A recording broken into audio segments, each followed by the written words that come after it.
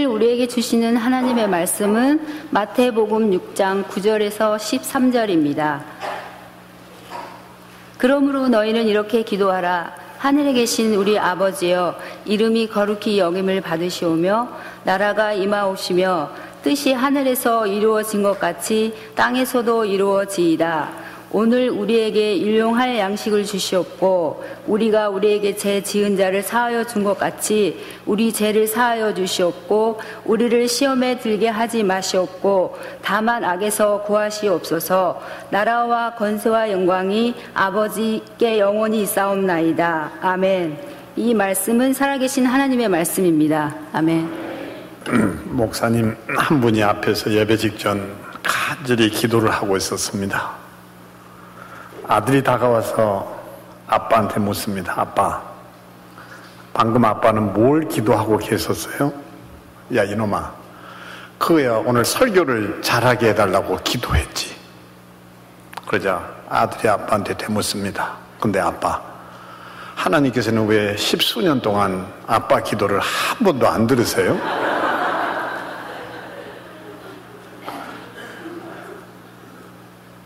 언제 여러분은 하나님께서 여러분의 기도에 응답하신다 확신합니까? 남북전쟁 당시 일입니다. 전쟁이 지리하게 끌려가면서 병사들은 지치기 시작했습니다. 피곤해했습니다.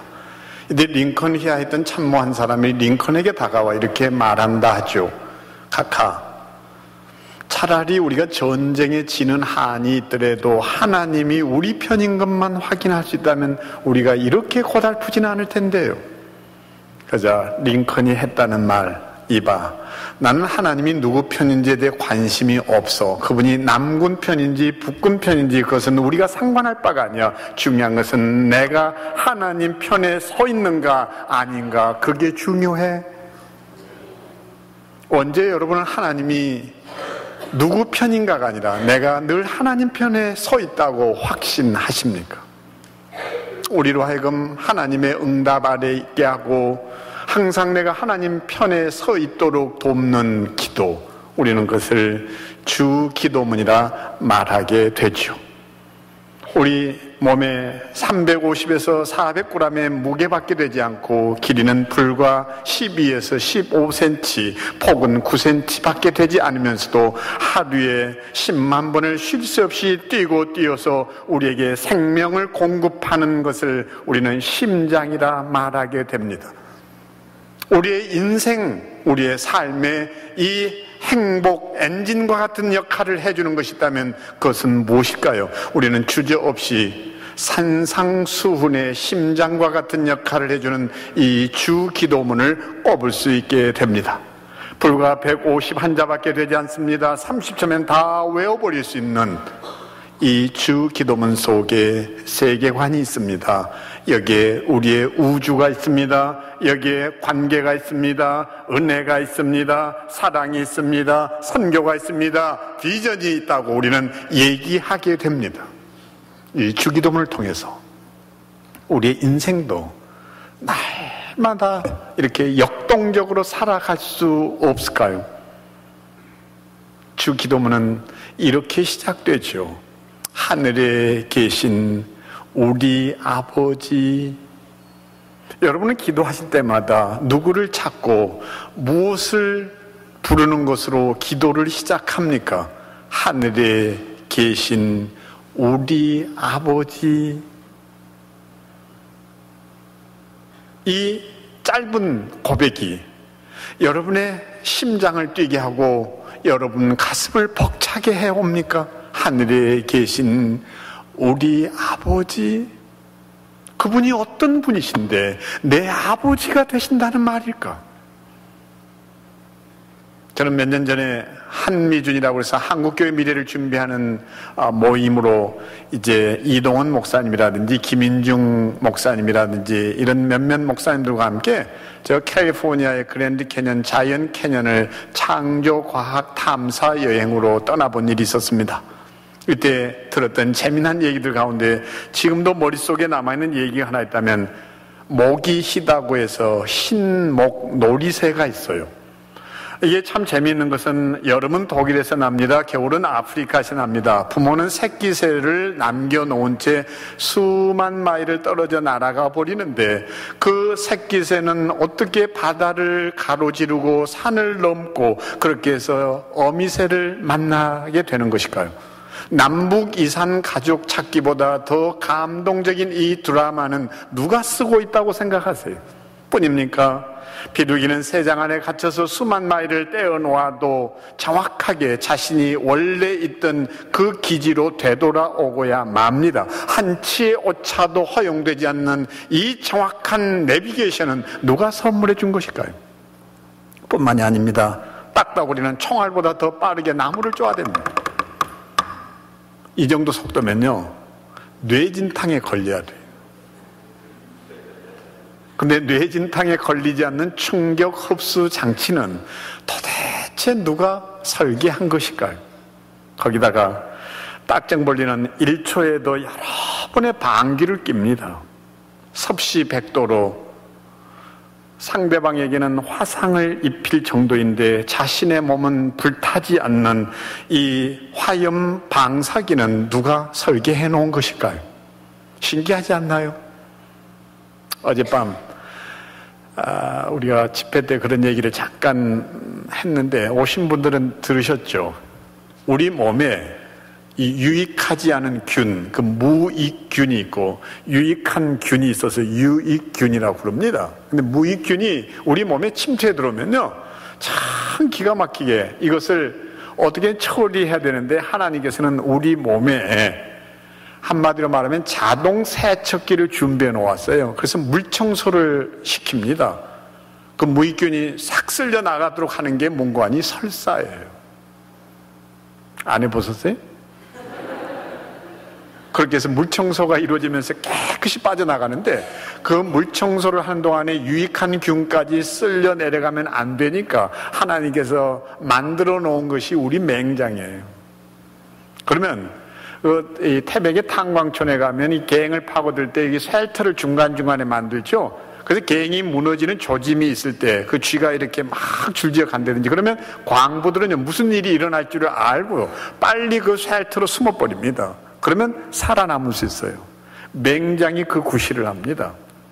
유익균이 그 맹장에 다 숨어요. 그래서 무익균이 설사를 통해서 쓸려 내려가고 나면 다시 몸 밖으로 나와서 결국 그 맹장 밖으로 나와서 몸에 쫙 퍼져나갑니다. 신비롭지 않으세요? 이런 얘기를 하자면 어쩌면 밤새 얘기를 해도 우리 인체의 신비를 어떻게 다 소개할 수 있을까요? 그런데 우리를 이렇게 친히 창조하시고 우리의 인생을 이끄시는 그분이 우리의 아버지가 되신다는 사실. 그래서 이사야는 이렇게 고백하잖아요. 섬들아 나의 앞에서 잠잠하여라. 백성들아 송사를 가져오너라. 가까이 와서 말하여 보아라. 와서 함께 판가름하여 보자. 누가 이런 일을 일어나게 하였느냐? 누가 역사의 흐름을 결정하였느냐? 태초부터 나 주가 거기에 있었고 끝날에도 내가 거기에 있을 것인즉.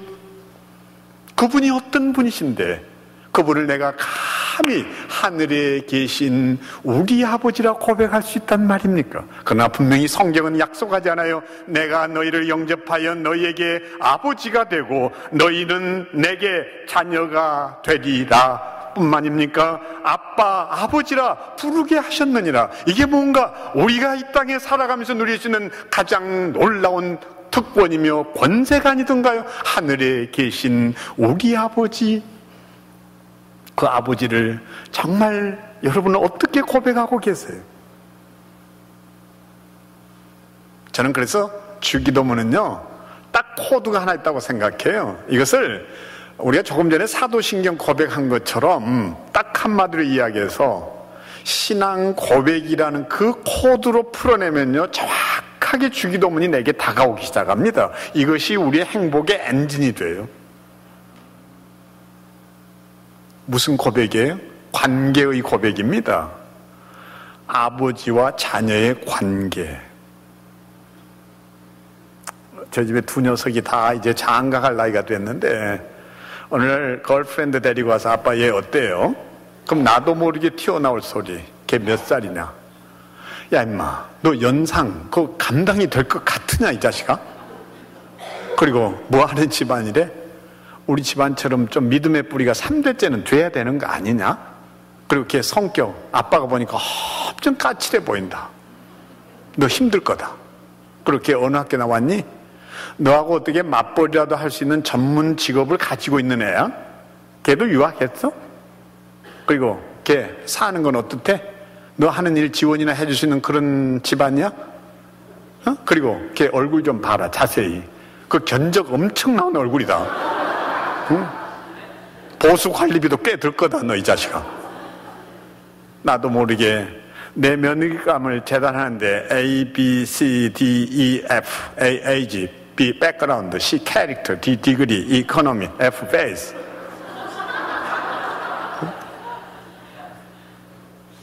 이런 방식으로 내 며느리를 재단하고 있을 것은 아닌 건지. 내가 물어야 할 질문이 딱 하나 있다는 거 알아요. 뭘까요? 찬아, 준아, 그 아이도 우리처럼 하늘에 계신 아버지라 고백할 수 있는 하늘 가족 맞니? 이 이상의 아름다운 것이 어디 있을까요? 스펙이 아닌 스토리. 그 아이는 하나님을 언제 아버지라고 불렀니? 하늘에 계신 우리 아버지. 여러분은 그것이 여러분의 가슴을 그렇게 설레게 하나요? 더더군다나 왜 나의 아버지가 아니라 우리의 아버지인 것일까요? 여기에 놀랍게도 선교적 고백이 있다라는 것. 아직도 하나님을 알지 못하는 나의 친척, 나의 지인, 나의 이웃, 나의 친구들이 언젠가 그들도 우리처럼 하늘에 계신 아버지를 아버지라 고백할 수 있는 그날을 앞당겨 주옵소서. 여기에 선교적 열망이 있어요. 하늘에 계신 우리 아버지 뿐입니까? 우리의 기도는 한 번도 고독하거나 외로워 본 일이 없잖아요. 왜요? 지금도 어디선가 나를 위해 눈물 흘려 기도할 그 신앙의 동기들을 생각하면 우리의 기도는 홀로 드리는 기도가 아니에요. 여전히 중보하고 계실 성령 하나님께서 지금도 말할 수 없는 탄식으로 기도하고 계신다고 약속하셨잖아요. 무엇이 두려운가요? 무엇이 겁나게 하나요? 하늘에 계신 우리 아버지, 그렇게 고백하는 순간 이렇게 충만해질 수 있는데, 이것이 진정 우리의 신앙의 역동이 아닐까요? 이어서 우리는 무엇을 기도합니까? 이름이 거룩히 여김을 받으시오며. 이름하면 뭐가 떠오르세요? 여기 어르신들이 많으니까 왜 이름이 이름으로 불려지게 됐나 딱 하나인 거 아시죠? 낮에는 굳이 그 사람을 부를 필요가 없어서 이름을요. 왜? 얼굴이 확인되는데 무슨 이름요? 그래서 성명할 때 이 명자가요, 저녁 석자예요. 자세히 한번 생각해 보세요. 그리고 입구자예요. 얼굴이 안 보이니까 밤이 되면 입을 벌려서 불렀던 게 이름이에요. 이 수준 높은 얘기를 이해하시겠어요? 응? 그러니까 우리가 라틴어를 알아야 영어를 이해하듯이 한자를 알아야 한글도 이해가 돼요. 이력서, 리주메가 뭐냐? 그건 다른 게 아니에요. 발리자 단일역 기록서에 발로 다닌 역사가 이력이에요. 그럼 생각해 보세요. 여기 이름이라는 것이 무슨 무게를 가지고 다가오는가? 미국에서 일입니다. 엄마가 아이를 데리고 시장을 찾았어요. 물건을 고르느라 정신을 팔고 있는 사이에 호기심 많은 딸아이는 곁눈질하다 그만 엄마 손을 놓칩니다. 엄마를 잃어버린 것을 알게 된 아이는 엄마 이름을 애절하게 불러요. 헬렌, 헬렌, 헬렌. 자기 이름을 부르는 소리에 고개를 돌린 엄마는 아이가 없어진 것을 압니다. 그 울음소리를 따라 뛰기 시작합니다. 그리고 이내 발견해요. 그 기둥 뒤에서 자기 이름을 부르며 울고 있는 아이를 발견한 엄마는 아이를 끌어안습니다. 그리고 달랩니다. 엄마가 여기 있잖아. 왜 그랬어? 그쳐. 그치라니까. 그리고 눈물을 닦아줍니다. 눈물을 그친 아이에게 엄마가 궁금했던 거 하나를 묻습니다. 너 왜 맘이라고 엄마라고 부르지 않고 헬렌이라고 엄마 이름을 불렀던 게니? 그자 딸아이가 이렇게 얘기해요. 엄마, 시장 바닥에 맘은 수도 없이 많지만 헬렌은 꼭 한 명일 거라 여겼어요. 이번에는 엄마가 또다시 아이를 와락 끌어안고 엉엉 울어버리고 맙니다. 우리에게 그 아름다운 이름, 호칭, 칭호를 가져다 준 게 하나 있어요. 그게 뭡니까? 우리가 그분을 우리의 아버지라 불렀다면 그분이 우리에게 건네는 이름 하나가 있습니다. 뭡니까? 여러분을 장로, 안수집사, 권사로 부르시지 않고 그분이 우리를 불러주신 이름 하나 있습니다. 성도, 거룩한 백성. 그래서 그분은 우리에게 뭘 요구하십니까? 내가 거룩하니 너희도 거룩하라. 내가 어떤 존재인데 그분이 나로 인하여 거룩히 여김을 받으실 수 있단 말일까? 이 거룩은 그분의 속성입니다. 두 번째, 우리의 고백은 무엇을 고백하고 있나요? 그분이 어떤 분이신지 그분의 속성에 대한 고백입니다. 여러분의 고백과 여러분의 삶은 그래서 항상 일치합니까? 여러분은 거룩하기 위해 몸부림을 치고 계세요.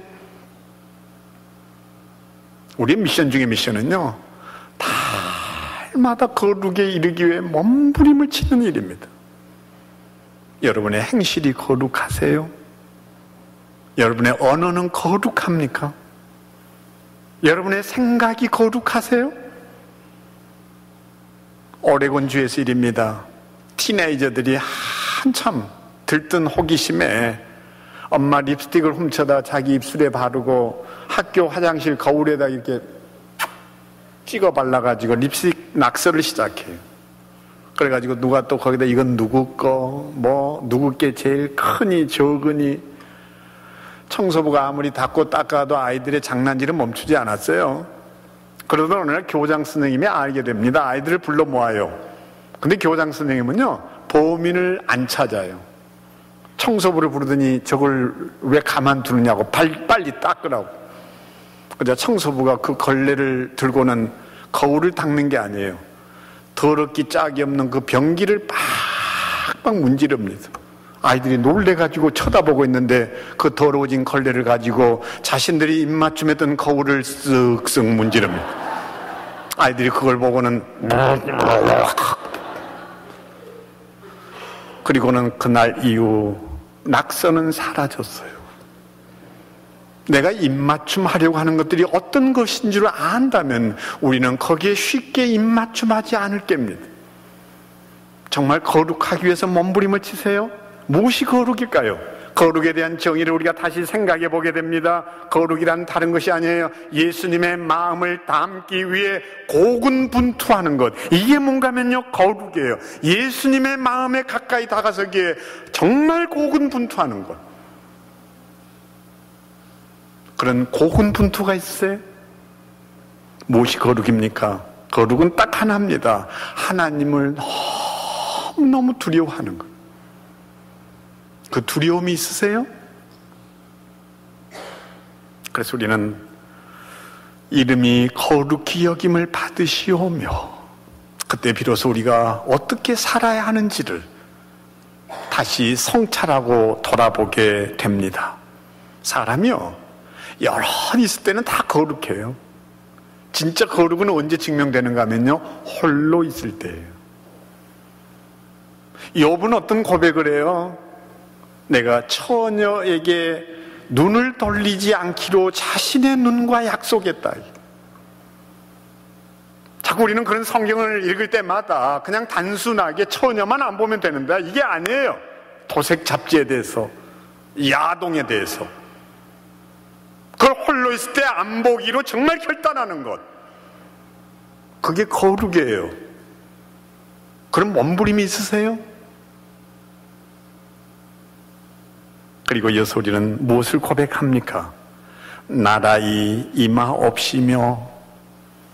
우리가 하나님의 나라 그러면 우리도 모르게 어떤 관념에 빠져드는데 그게 뭔가 하면 그렇게 학습을 했단 말이에요. 하나님의 나라 이러면 공부를 어떻게 했냐면 나라를 구성하는 세 요소를 꼽으라 해서 사지선다형 시험 많이 쳤죠. 영토, 주권, 국민. 그러니까 영토, 우리는 땅에 관심을 가져요. 근데 진짜 여기 하나님의 나라는 뭘까요? 성경은 전체를 통틀어서 좀 미안하지만요, 하나님의 나라 그랬을 때 땅의 개념으로 얘기하는 게 한 군데도 없습니다. 뭐가 그러면 하나님의 나라냐? 통치, 다스리심. 이게 뭔가 하면요, 하나님의 나라의 개념이에요. 하나님의 나라가 내게 임했다. 그것은 뭔가 하면 하나님의 통치가 내 속에. 무엇이 하나님의 통치예요? 이것을 가장 잘 나타내는 단어가 있다면요, 신약 성경의 프라오스 이랬을 때 온유란 단어입니다. 온유. 성격적으로 조용하고 겸손하고 남에게 먼저 배려하고 자기는 뒷전에 물러서 있는 것, 부드럽고 유순한, 이게 온유의 개념이 아니에요. 그 온유는 뭔가 하면요, 딱 이겁니다. 제가 마라톤을 좋아하는데 그 마라톤을 연습하겠다고 풀코스에 도전하기 위해서 양재천을 열심히 뜁니다. 나중에 숨이 가파오르고 막 헉헉대기 시작해요. 그러면 바위에 걸터 앉아라서도 좀 식은 땀이라도 이렇게 좀 씻고 좀 뭔가 숨고르기를 하고 물이라도 마시고 뛰고 싶어서 딱 이제 주저앉잖아요. 그때 온몸에 열이 나는 걸 알아요. 근데 시원한 바람이 불어오면서 제 이마를 이렇게 씻어줍니다. 그러면 서서히 가쁜 숨이 가라앉고 여유를 찾게 돼요. 그래서 열이 식혀진 상태, 이게 뭔가 하냐? 프라오스, 다스려졌다. 주인이 사나운 개를 훈련시킵니다. 그리고 이 개가 주인의 말을 듣나 안 듣나 하는 것을 테스트하는 과정이 하나 있는데, 개를 며칠간은 굶겨요. 그 굶주린 개 앞에 고깃덩이를 집어던집니다. 배고픈 개가 고깃덩이 먹거리를 보는 순간 뛰어갑니다. 뛰어가는 개를 향해 주인이 명령합니다. 스탑! 바로 그 순간 주인이 스탑이라고 했는데도 불구하고 배고픈 개는 그 먹거리 앞에 유혹을 견뎌내지 못하고 그걸 물고 내뺍니다. 그럼 주인한테 잡혀가지고 칙싸게 얻어맞아요. 근데 영리한 개는요, 주인의 명령 앞에 배고픔에도 불구하고 그 자리에 딱 멈춰섭니다. 그리고 고깃덩이를 향하던 시선을 거둡니다. 주인에게로 그 시선을 모읍니다. 귀를 쫑긋 내세웁니다. 그리고 그 영리한 개가 기다리는 거 있어요. 다음 명령입니다. 이것이 뭔가 하면 프라오스, 다스려졌다. 여러분은 정말 매일 매 순간 그 프라오스, 다스리심 있나요? 여기 대부분의 남성들이 참 힘든 게 하나 있죠. 분노 조절 장애. 제가 첫날 말씀드렸지만 이 한국 남성들의 가장 큰 문제가요, 성질 부릴 만큼 부려놓고 나는 뒤끝이 없다 그럽니다. 그 성질에도 뒤끝까지 있으면 그거 어떻게 하려는 거예요? 정말 그분의 통치가 내 감정까지도 다스려 놓나요? 여러분은 하나님의 나라를 너무 막연하게 그리지 말고 아주 구체적으로 이 순간에도 그분이 나를 다스려 주시기를 기도하나요? 이것이 무엇인가 하면 나라의 임하옵시며, 그래서 하나님의 관심에 우리의 우선순위를 두고 사는 것을 얘기하죠. 여러분에게 그 축복이 있게 되기를 기도합니다. 여기까지가 주기도문의 첫 번째 단락이에요. 10계명이 그렇잖아요. 10계명 가운데 첫째, 둘째, 셋째, 넷째가 하나님에 대한 고백이라면, 그리고 다음 5번째 계명부터 우리 사람에 대한 내용으로 짜여져 있잖아요. 주기도문도 마찬가지입니다. 여기까지가 주님에 대한 것이라면 그 다음부터가 우리를 위한 간구예요. 첫 번째가 뭐예요? 그렇다면 일용할 양식을 주옵시고. 주님께서 이 기도를 가르치셨을 때 식사 기도를 우리한테 가르치기 위해서 이 항목을 넣었다고 생각하세요? 저는요, 집에서 공부하고 있는 아이들을 생각하며 기도할 때마다 늘 이 대목이 있으면 울컥울컥 할 때가 많았어요.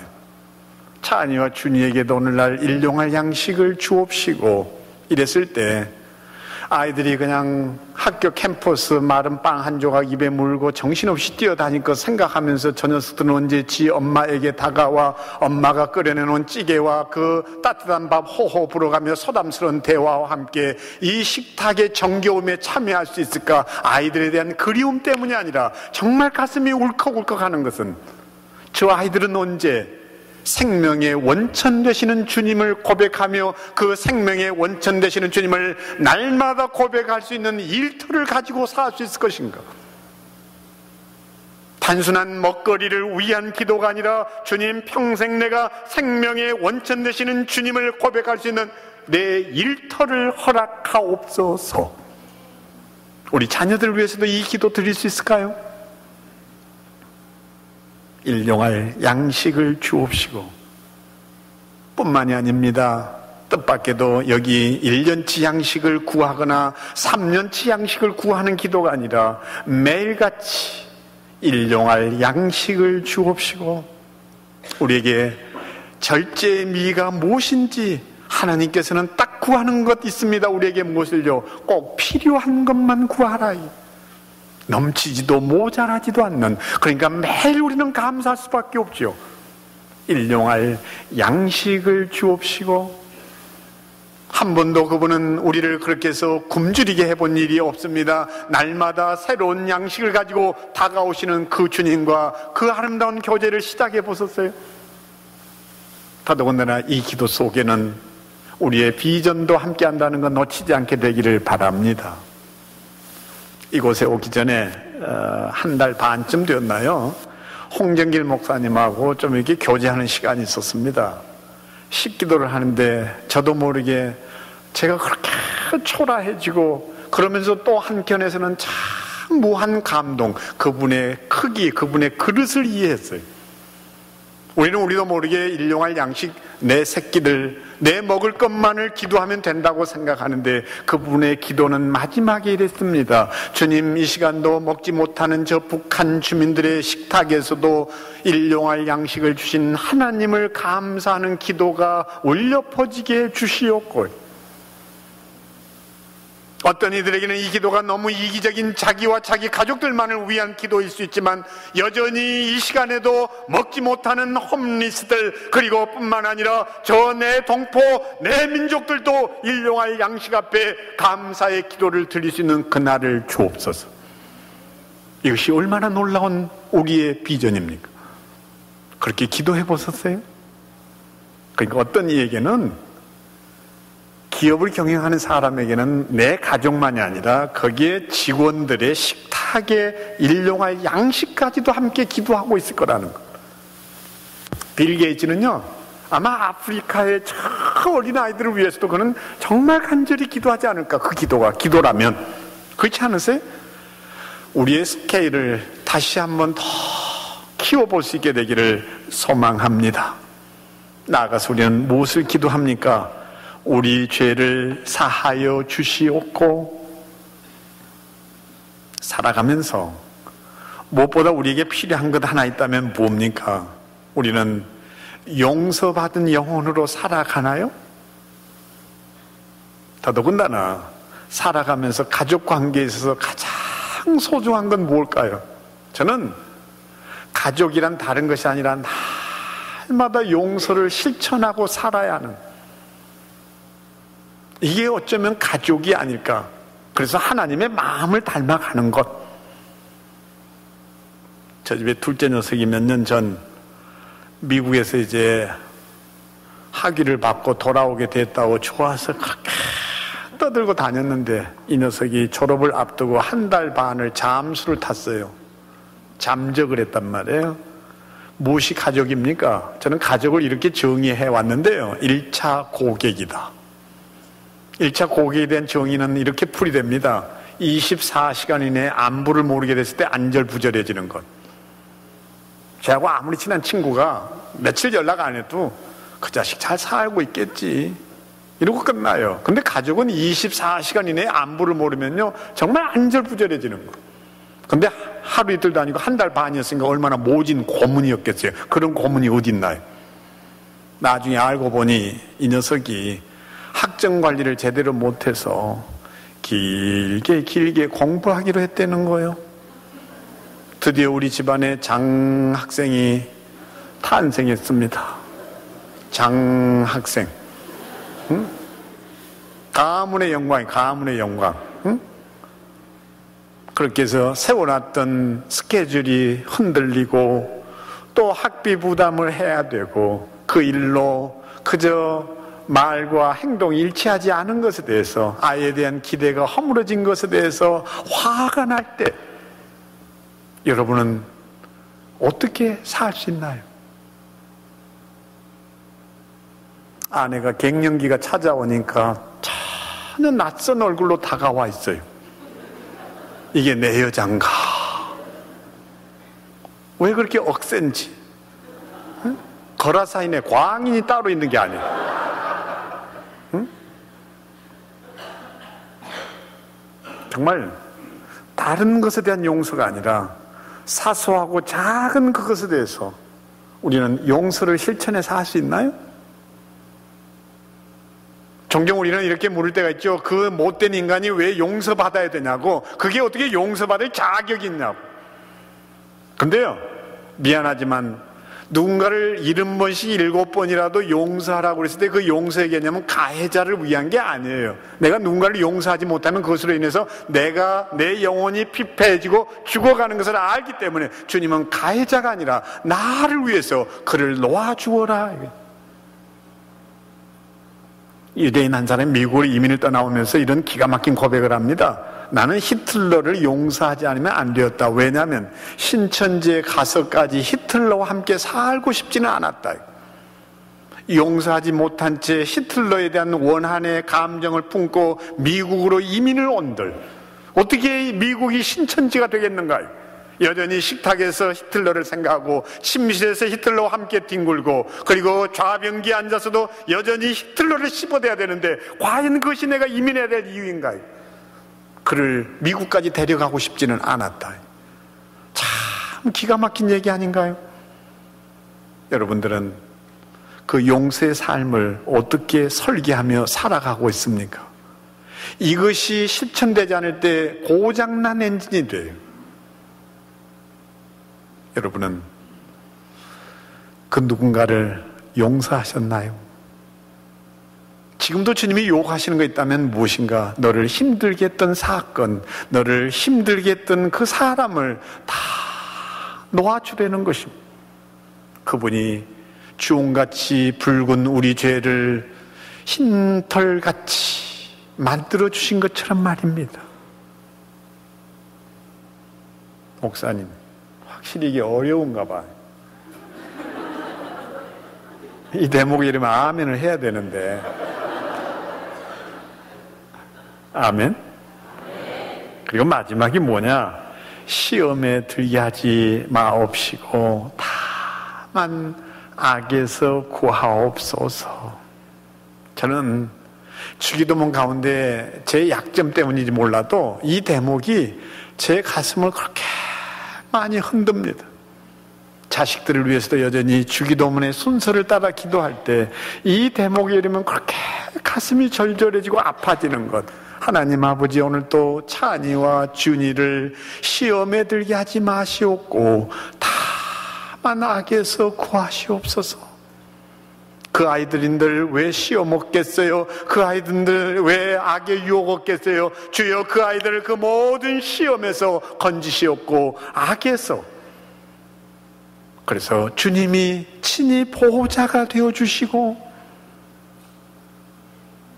저는 제가 얼마나 악한 존재를 알기 때문에, 악한 존재인지를 알기 때문에 이 기도가 더 절절하단 말이에요.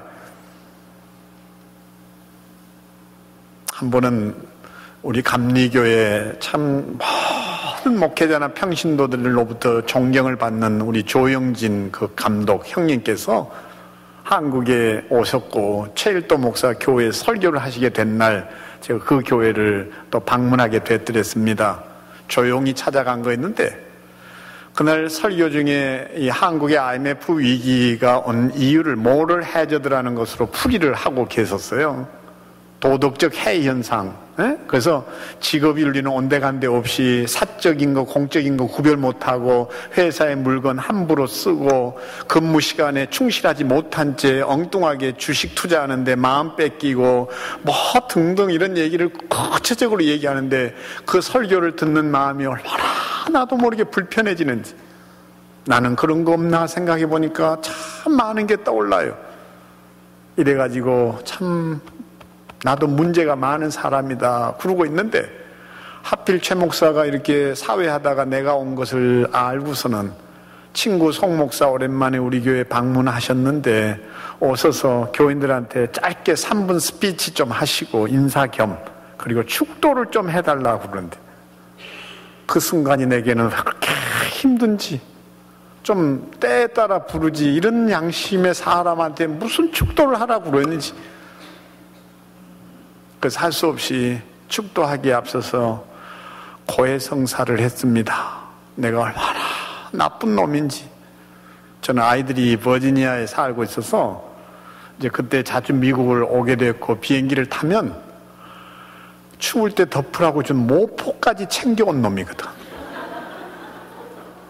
아내한테 갖다 줬더니 이게 다림질할 때 좋다고 하나만 더 챙겨 달래는. 그래서 불 껐을 때 또 쑤셔 넣었어요. 그런 게 여러 개야. 내가 그런 놈이라고. 그래서 좀 가벼워진 마음으로 축도를 할 수 있었습니다. 다음 날이었어요. 연구소에서 아침 회의를 하면서, 야 이놈들아, 너희들도 혹시 훔쳐온 거 있거든 다 내놔라. 이거 돌려줘야 되겠다. 아무도 안 꺼내요. 그래서 제 혼자 편지를 썼습니다. 오늘날 항공업계 위기는 경영 능력 부재 탓이 아니라 제 같은 놈 때문입니다. 제가 기사의 물건을 훔쳤습니다. 그래서 어제 이런 설교 듣고 회개하는 마음으로 돌려보내니 널리 해량해 주시기를 간청합니다. 이건 너무 마땅한 일을 했잖아요. 근데 그거 보내놓고 며칠 뒤에 집에 들어설 때마다 내 시선이 자꾸 우체통으로 가는 거예요. 이 자식들이 착한 일 했다고 혹시 공짜 티켓 하나 안 줄라나? 응? 내가 얼마나 악한지를 알아요. 뭐 그뿐이겠어요. 제 아내가 뜻밖에도 유방암 걸렸다는 얘기를 전해 듣자마자 떠올랐던 생각 하나. 나는 앞으로 재혼을 해 말어?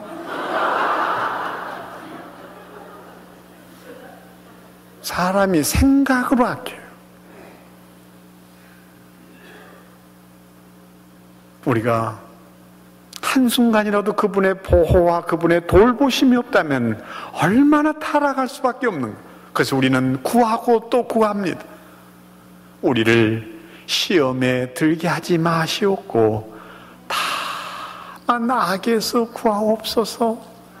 이럴 때 우리는 겸비해지잖아요. 내 힘으로 어떤 것도 해낼 수 없다는 것, 그분이 나를 지키시고 내 걸음을 인도하셔야 한다는 것, 그런 주님 앞에 내가 의지하고 그분의 그늘 아래 쉬울 수 있나요? 하늘에 계신 우리 아버지. 그렇게 해서 여기에서 기도는 맞춰지는데 다음 대목이 뭡니까? 나라와 권세와 영광이 아버지께 영원히 있사옵나이다. 유대인들이 성령을 따라 이것을 덧붙였죠. 그래서 우리 성경에는 괄호 넣기로 되어 있는데, 언젠가 여러분들이 이런 기도를 드렸을지 몰라요. 야베스의 광풍이라 불렸던 그 기도 말이에요. 야베스가 이스라엘 하나님께 아뢰어 가로되 원컨대 주께서 내게 복에 복을 더하사 나의 지경을 넓히시고 주의 손으로 나를 도우사 나로 환난을 벗어나 근심이 없게 하옵소서 하였더니, 그렇게 우리를 흔들어 놓았던 이 기도. 근데 여기에 모든 주어는요, 나는